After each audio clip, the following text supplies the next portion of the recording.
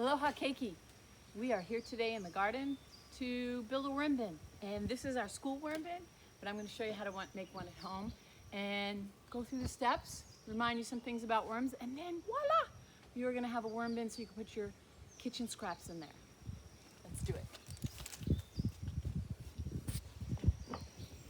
Aloha keiki. We are here at the Kona Pacific Garden, and I'm going to take some time today to show you how to build a simple worm bin. You may have seen our worm bin here. It's big and full of worms. I'm going to give you some steps and some things to keep in mind when you make a worm bin at home. You can make this for your house. You might keep it on your lanai, out your back door. You could make one for your boat. You can make one for your office, or you could take one on a camping trip with you.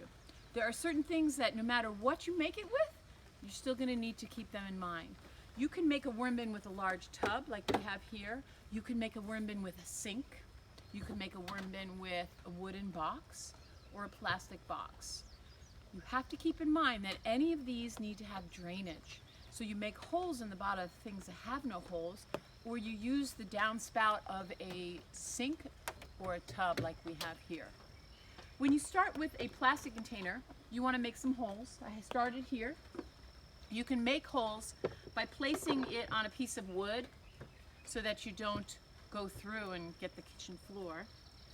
And when you make your holes, you could use a drill, and be careful with your hands and pay attention. Or if you don't have a drill, you can get some help and get a hammer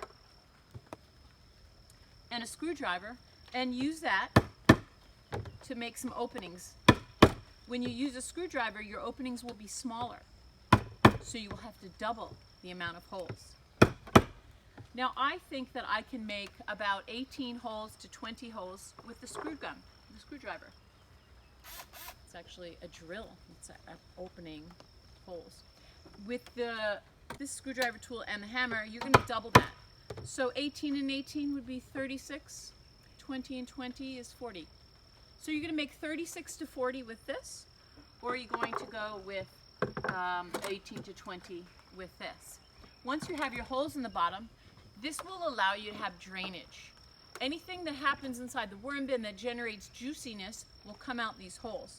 So you have to be sure that one of the items you have is a tray to catch the juice. The juice is coming from the activity of the worms, and this is one of their byproducts, is a terrific, very high nutrient, brown in color, that comes out of the worm bin.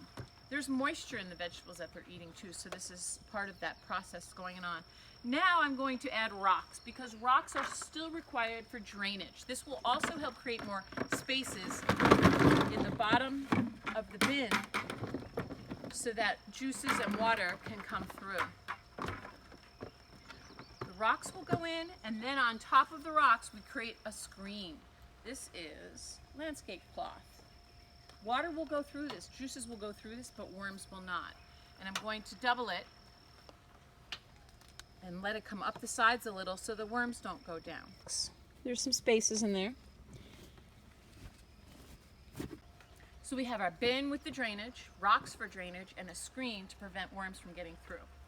The next thing I'm going to add is a layer of soil. This stuff comes straight out of the garden, and my intent here is to add some of the nutrients and some of the microbial activity.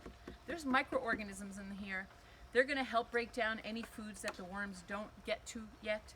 And it's also going to provide soil type components for the worms. They like the sandy and the grit, small particles of rock that they actually put inside their mouths. They don't have teeth, they don't have eyes, and they don't even have lungs, but they do have mouths. And when they put the food in there, they send it from their mouth into their gizzard. The gizzard is a part of their body that is a muscle. It's a sac, so the food goes inside, and the muscles around the outside squeeze the food against the rock and the grit. Chickens have one of these too, gizzards. So our stomach also has some muscles that does a little bit of that, but the worms really need it because they have no teeth. The grit in the soil will provide that, plus other things that we feed them, like coffee grinds and crushed up eggshell. I'm going to add a layer of the shredded paper. If you don't have a shredding machine, you can tear paper. Paper bags, paper newspaper, paper that comes around. Don't give them glossy paper with a lot of paint on it. They won't like that. So we're ready. Who are we ready for? Our residents. This is where we keep them. They like it in the dark, and we keep that door shut for them. I'm coming in. And we're gonna dig around in here. Ah, there they are. Nice situation in here. Here's our worms. I'm going to get some of their castings, which is what they create after they eat. They let it leave their body. I'm going to get some of their castings in here. I'm going to get a whole little colony of worms. They probably know each other. They've been close to each other. Maybe there's worm eggs in here. And I will take a little bit of this bedding, a little bit of food that's in here. But now I'm also going to give them some food. I've got my coffee grinds, and I'll turn up my liner a little bit.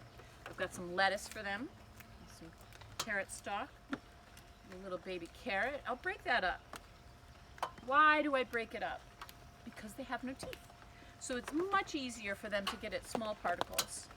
And if you have something like a large chunk, like papaya, you want to cut this up. Because if you leave it whole, it's gonna take a long time for them to get to it, and the moisture that's in it is going to be just too gloppy.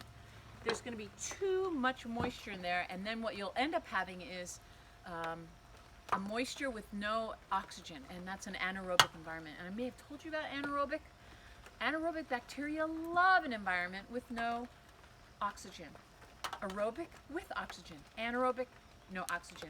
And if it gets too thick and gloppy in there, it'll start to stink. Now, the worms will get around to it, but you will not like the smell, and you may shy away from your worm bin if you think it's too stinky. Cut up things small, give them a nice layer. I think I would like to give them a little more bedding in here. And what's the last thing? What you think about that? I'll give you a hint.